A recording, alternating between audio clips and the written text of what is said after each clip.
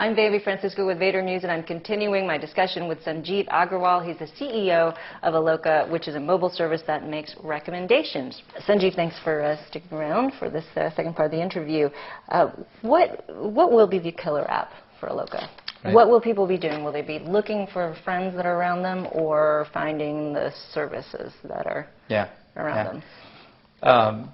You know, this question has been asked for the last 10 years as people have said, oh, location's going to be really powerful. How do we use it effectively?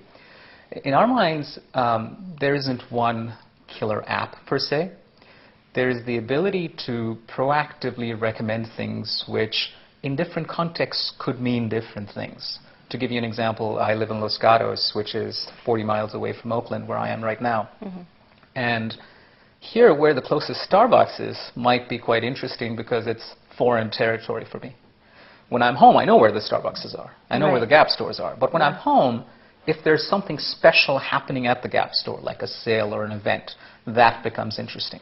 So stepping back broadly, there's 4 categories of information we believe that might be interesting to people depending on their context. And those are, it could be static points of interest, just places.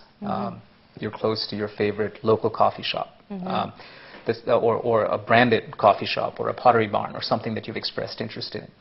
The second is, and we think this is a huge category that is very hard to find in the mobile environment today, which is events.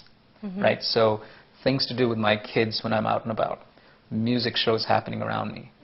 All this content exists on the web, right? There is Last.fm, there is Eventful, there's a whole set of publishers that have really up-to-date content on what's going on, say, in the music world. You can get theater content and content on events very well on the web. It's very hard to get on mobile phones. So the second category, I would say, is in real time knowing what's going on at Berkeley, in the theater there right now. The third is friends. So there are times of the week when I am more amenable to knowing, hey, I'm in Oakland right now on my drive back, I might be able to spend half an hour with a friend who happens to be out and about. And instead of building our own social network, we're actually leveraging express preferences like Facebook. So the first app we have on Aloqa around friends is you can choose to share location with whichever of your Facebook friends you want. And when you're within a certain radius of them, you'll be notified, and you can choose to do something with them. And the final category is really around sales and bargains. So one of the channels we have today is Craigslist, as a simple way of just demonstrating that as you move around the Bay Area or anywhere that you are in the country, you can just look at your phone and say, okay, these are the 5 homes that people want to rent on Craigslist. So of those 4, it's unclear to you which one will people be using the Aloqa more for?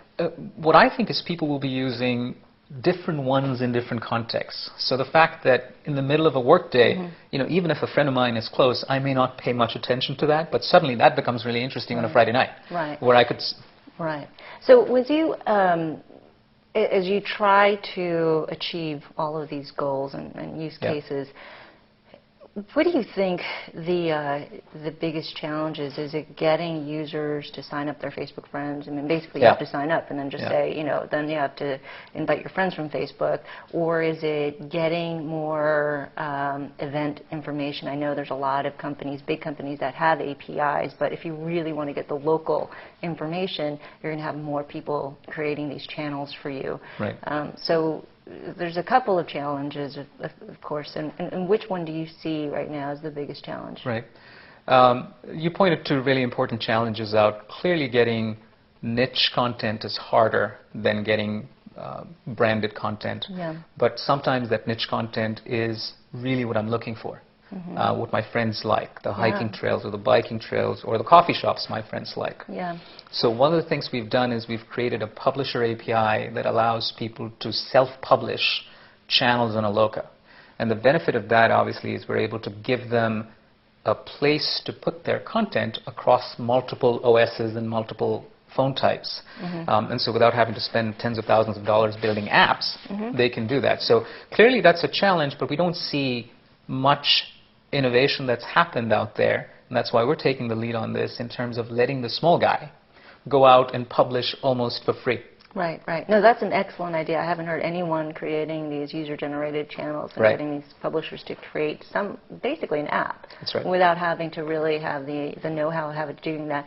Talk a little bit about knowing your friends are. I mean, I think that you probably maybe have your family that knows where you are, but it's probably it. Yeah. And I'm sure you have the ability to turn it on and off because you don't want everybody to know where you are. But what are some of the challenges around privacy? Because I don't. And I can't imagine a lot of people want to know, want their location to be known, besides my videographer right here, Chris, who doesn't really care, but he told me. So a two-part answer to that question. I think there is a generation of people, if you look at people's Facebook walls and what they talk about, I think, first of all, and I don't want to be naive about this, but the notion of privacy is changing and what people are comfortable sharing. But more importantly, I think there are situations like you're on the road. There are situations where I traveled to Germany last month, and I would have loved to share, and I did share my location with everybody I work with in Munich and other people in Germany that I've worked with in the past. So if I ended up in a strange town or a town that I hadn't been to before, I had no way of knowing which of my friends, my Facebook friends, were there. I've run into Facebook friends of mine, a small list right now that have Aloqa, but at an airport. That's pretty cool. No, that's cool. You just have to make sure you don't have that Facebook stalker. But but then why that you have them on your friends list in the first place, and why you've chosen to actually... There are a lot of people who have friends who they don't even know they're friends. And you should then not share location with them. Yes. Yes, you would be wise to do that. The last question, how is this different from, say, Loopt or Google Latitude or some of the other companies out there? So several differences if you think about a Loopt or other networks that allow you to share location. It's limited to people. It's what we're doing is, first of all, bringing together your whole context, and friends are one part of that context. The other parts are places, events, deals, bringing it together for you. The other big difference is we're not trying to build our own community. What we're saying is you've already expressed your social graph through a Facebook or a MySpace or a LinkedIn, and I'm not going to tell you that you should create yet another community that you start sharing location with. If you just want to share location with your kids and your spouse, pick those 3 who hopefully are your Facebook friends and share location with them. And then you can turn on and off. If you're traveling to Germany, you can share location with the 20 folks in Germany that you might be friends with.